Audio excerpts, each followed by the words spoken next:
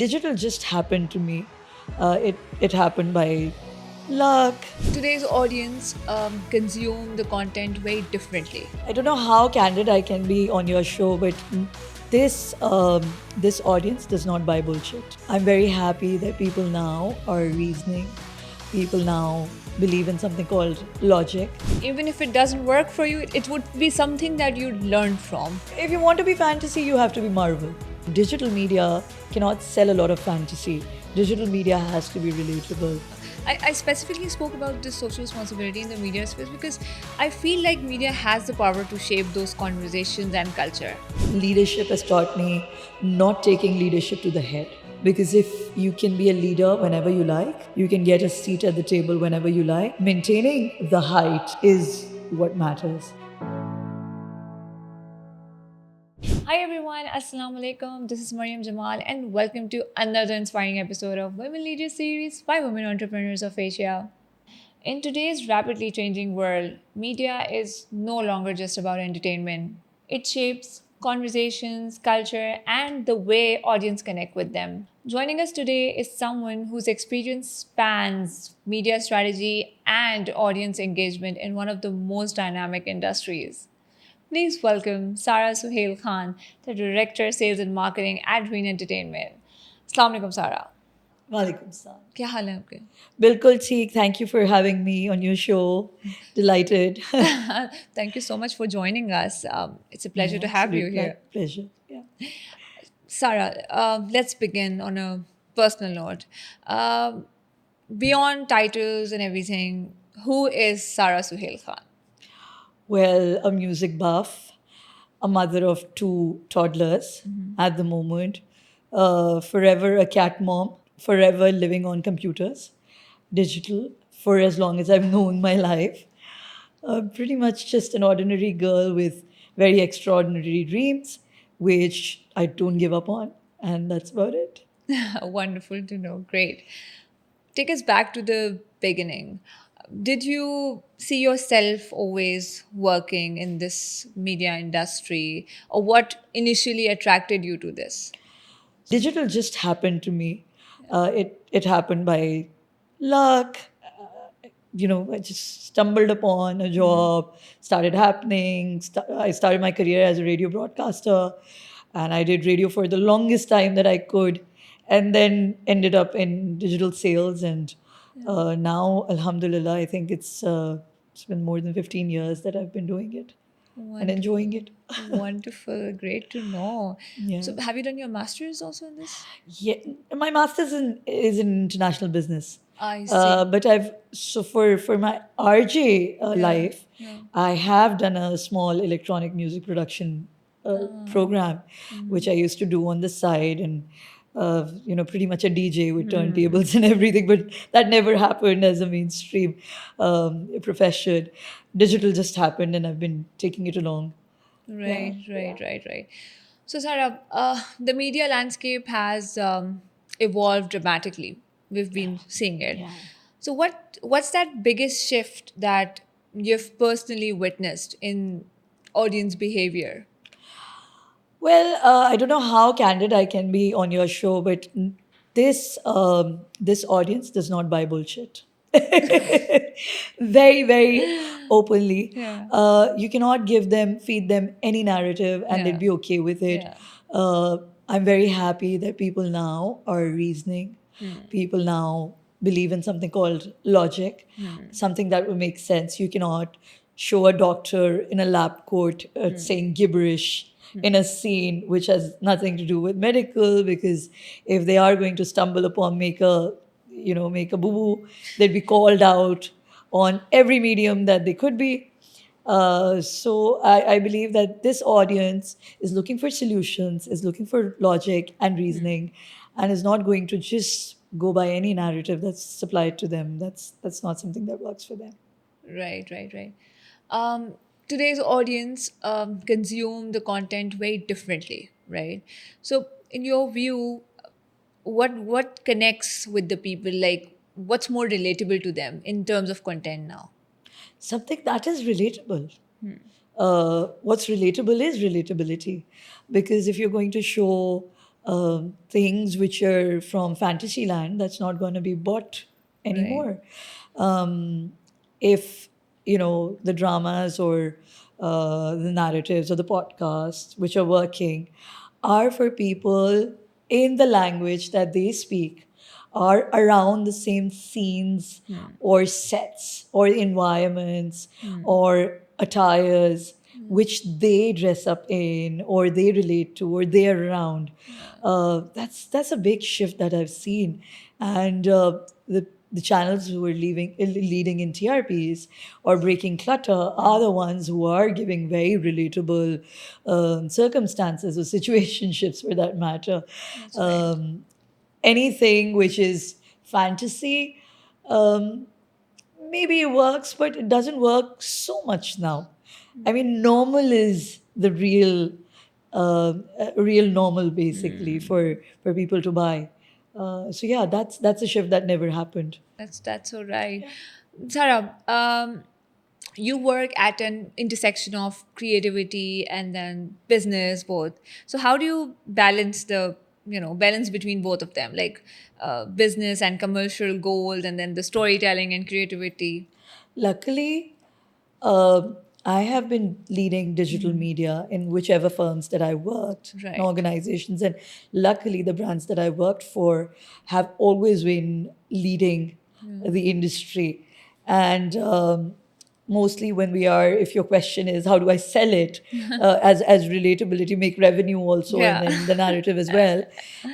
I've always been lucky with very relatable content because digital media cannot sell a lot of fantasy. Right. Digital media has to be relatable. The organization that I'm currently working with, Alhamdulillah, is breaking narratives and breaking the clutter, and it's very relatable content, like I said before. So for me to sell it to the audiences which certain brands are looking to engage is not difficult at all, because those are the people that are watching us, right? So if I go to FMCGs and if I need to target women, these are the women who relate with us. They Right. they they wear the same kind of attire, they have the same kind of mindsets, and then our programming from 7 p.m., 8 p.m., 9 p.m. in those segments is very, very aptly done. Uh, so it doesn't become very difficult for us to sell. But yes, as in certain global Yeah. circumstances where there are a lot of fights going on globally, we do have bad days where our budgets are shrunk. It does get difficult to sell, but I always tell people, please don't sell narratives, please don't sell brands, please don't sell anything that's larger than life. Sell solutions.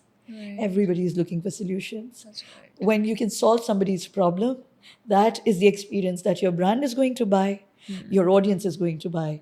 It's a two-way Right. street. Right. So we Right. sell that, and Alhamdulillah, that's, I think, one of the reasons why we're here. That's an entrepreneurial mindset, and we'll talk about it. As you mentioned about your platform, Green Entertainment. So, Green Entertainment entered the market with a very distinct and storytelling identity, right? So, how do you think it differentiates it from the other platforms, like in the media space right now, currently? Well, the founder, I would have loved for my founders to speak for it, but I'll just tell you what my Yeah. perception as working for Green as a Green teammate is. It's very cause based. The narrative always has a cause behind it and always has a purpose. So it's very purpose driven. It's very clutter breaking, and that's what sets Green apart. Uh, like I said, when you're solving somebody's problem, whether or not it's a society's problem is Right. at a large scale or an individual problem in terms of narrative, that is where people like you and me, because we at the end of the day we're also humans, and we're doing Again, roles, yeah. we're women. When I can relate to a solution and a cause base, a reasoning, a logic behind why my character chose a certain line which they chose, and then the script, I think it sets you apart completely. And then and the ratings speak for you, and the Yeah. audiences speak for you, the views speak for you. Digital perhaps is the most transparent medium that you have. You cannot buy views, you cannot fabricate views.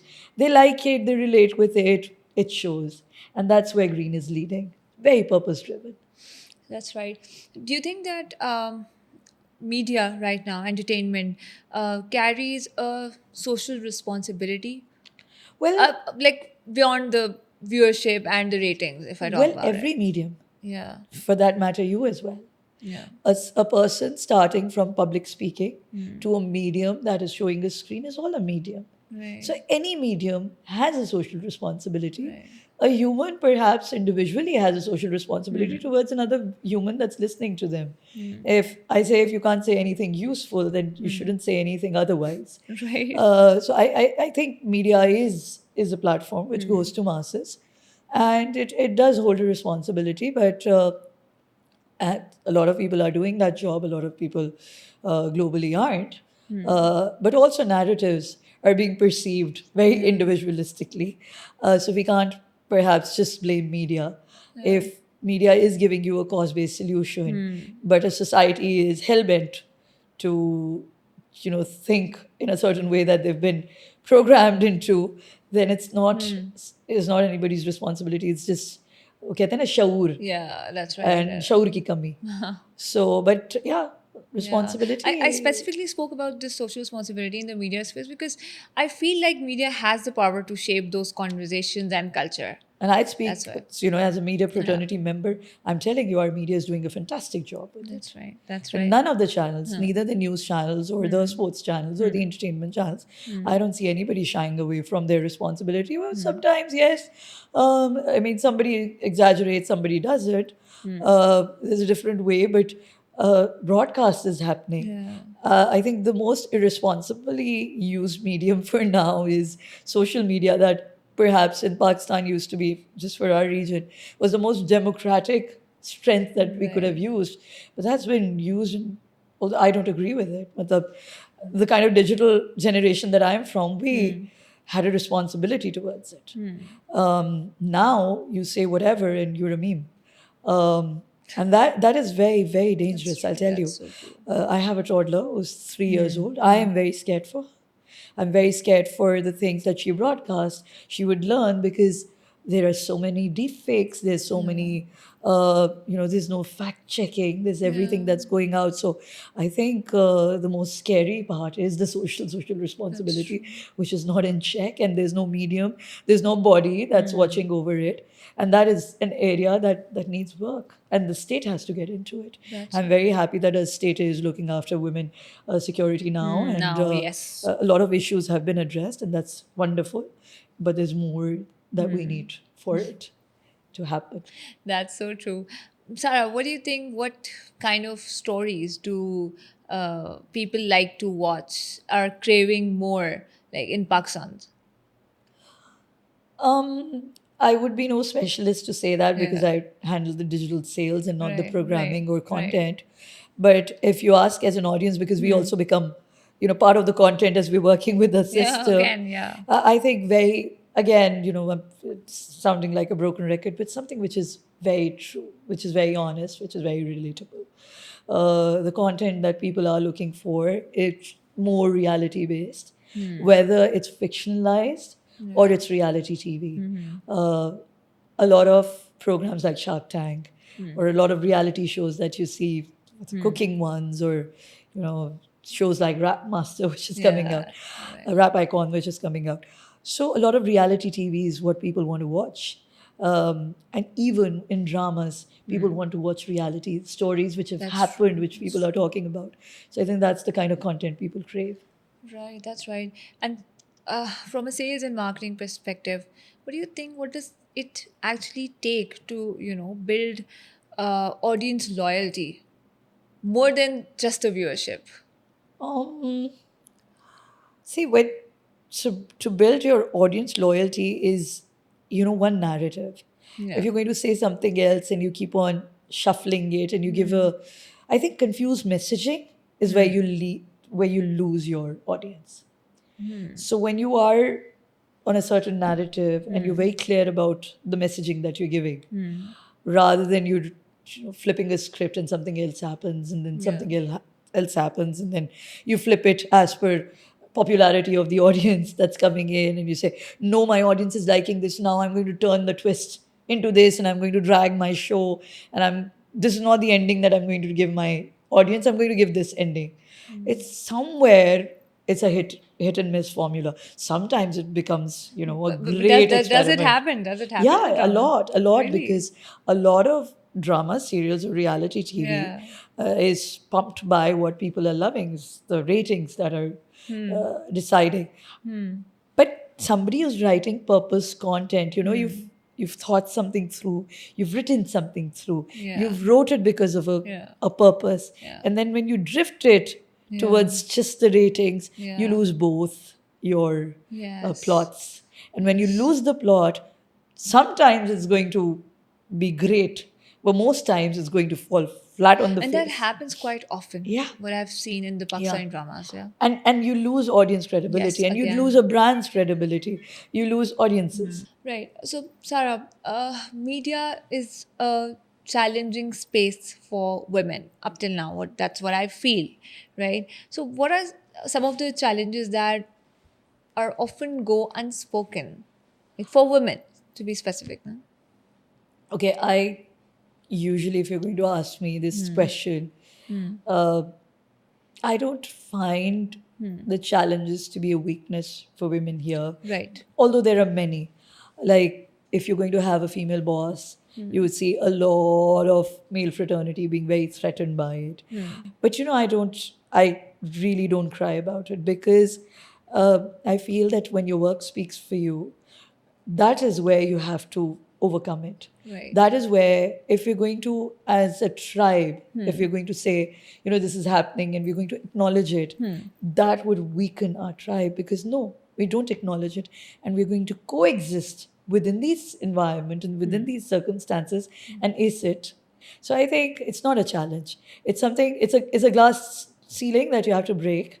And I think it's a very good opportunity. And I think women should be breaking it more often than they could. That's right. That's right. That's what I also discussed with Farheen Salman, who's the CEO of food division at Smile Industries. We actually discussed this, that we don't need to wait for a seat at the table. Yeah. We need Have to your own create one. table. Yeah, we Have need to your own create table. one for ourselves. And then the tribe consisting of all genders, not just he's a man, she's a woman, Yeah, he's a kid, this yeah. is a teenager, this is a transgender. Inclusivity again, very important. Inclusivity, your table should be powerful Yes. enough that everybody wants to Wants join to your be table. there, of course. And that is where you win. Right, that's where so you true. That's so true. That's so true. So, Sarah, let's talk about leadership. You right now lead a most dynamic and fast pace, I guess, industry it is. So, what has leadership taught to you? Well, leadership has taught me that you can never stop learning. Leadership has taught me accountability. Leadership has taught me not taking leadership to the head. Because if, you can be a leader whenever you like, you can get a seat at the table whenever you like, maintaining the height is what matters. Your sustainability and your constant manageability of the responsibility and accountability that has been given to you is the real challenge. I've seen many leaders who get a seat at the table and they they abuse the power, and then they don't last for long. That should not get to your head. Right. It's been 22 years that I've been working.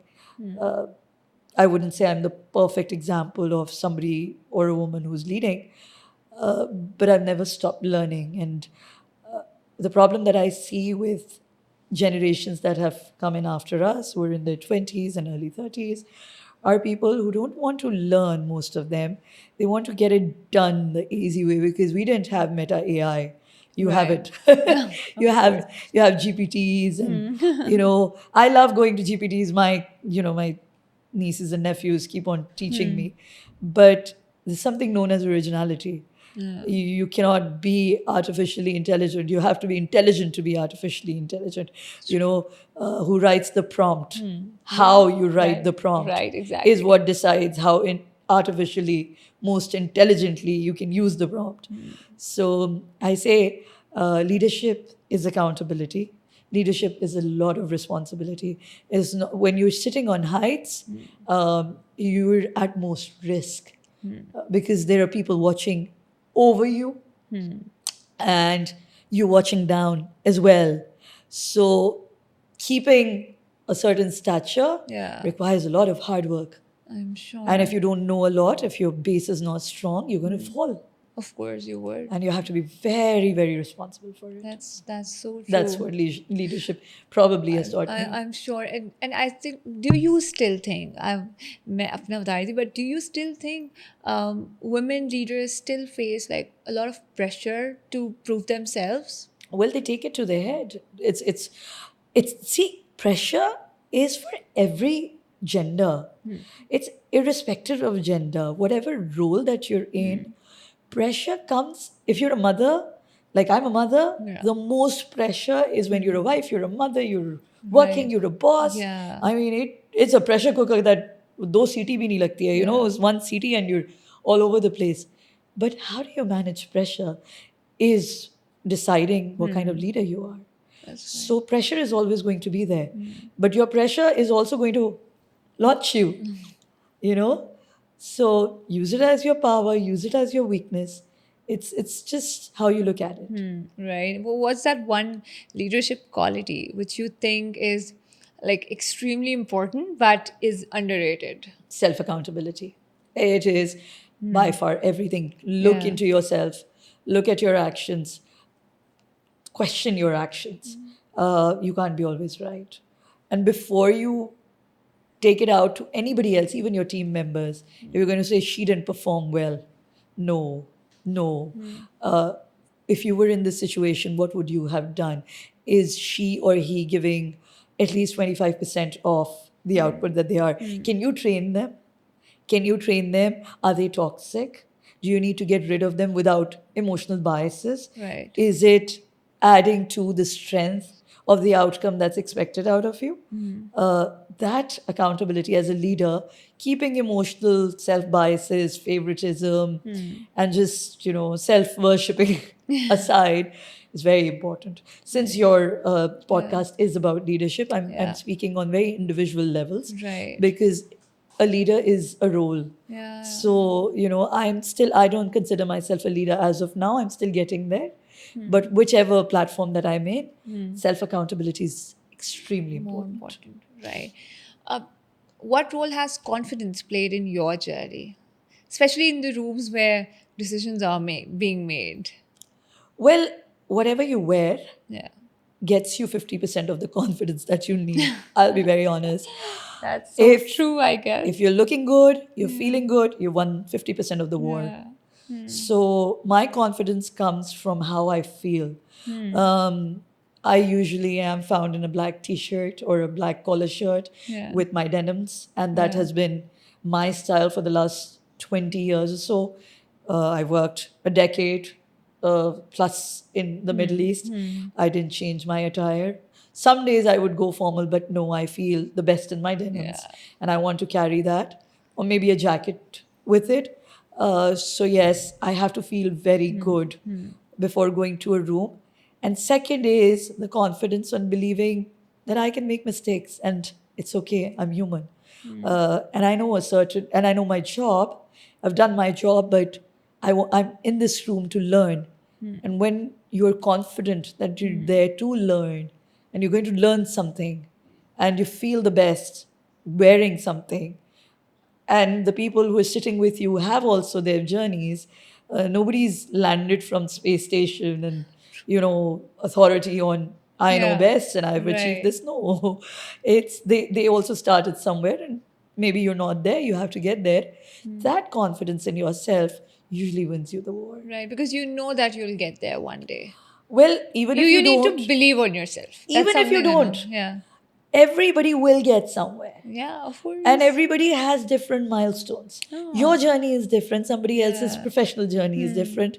Somebody's ambition is different. Somebody wants financial independence. Somebody wants financial breakthroughs. Somebody just wants fame. Somebody wants to change the society as a social responsibility. Right. So everybody has a different milestones. Right. Nobody in one room is going to be thinking, Stephen About the Covey's same book. space, yeah. There are so many hats, and everybody is wearing a different hat. If you right. want to be wearing all 7 hats or 8 hats, I say Yeah. one's the invisible hat, and that's my definition of it. Yeah. Then you're going to fall flat on your face. So no.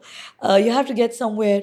You have your own journey, but be confident that you will eventually get where you are, because every life has a purpose. That's right. And I always say that, you just wear the hat and then you're all on your toes all the time. Absolutely. Absolutely. So again, yeah.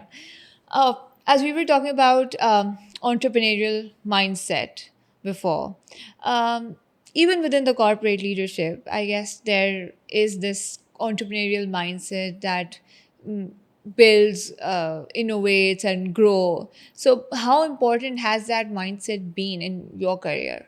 When you come from an entrepreneurial family, Right.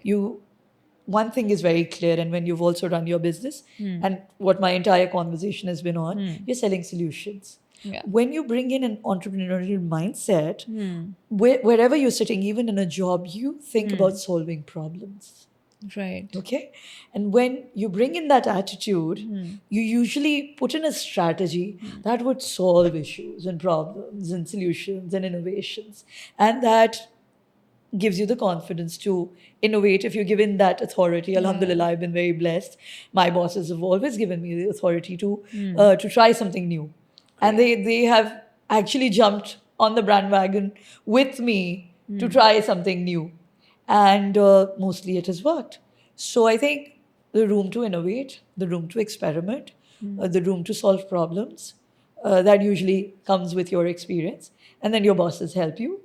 And when they see that a person is solving problems, it usually adds to the strength. And it's a very big plus for an organization. Right. Sarah, what advice would you like to give to women entrepreneurs and these young professionals who are watching you right now, who are trying to build something in this media and marketing and digital space? I'd say keep on doing something. Okay? If you've started something, you think it's going to fail, don't give up. If, for example, your goal is financial independence and your goal is financial stability and you have to pay your bills, because a lot of girls our age, not my age, younger than me, and when I was that age, I had my expenses to pay, and I also wanted to experiment. So my financial stability usually would question whether I should work or whether I should do a job.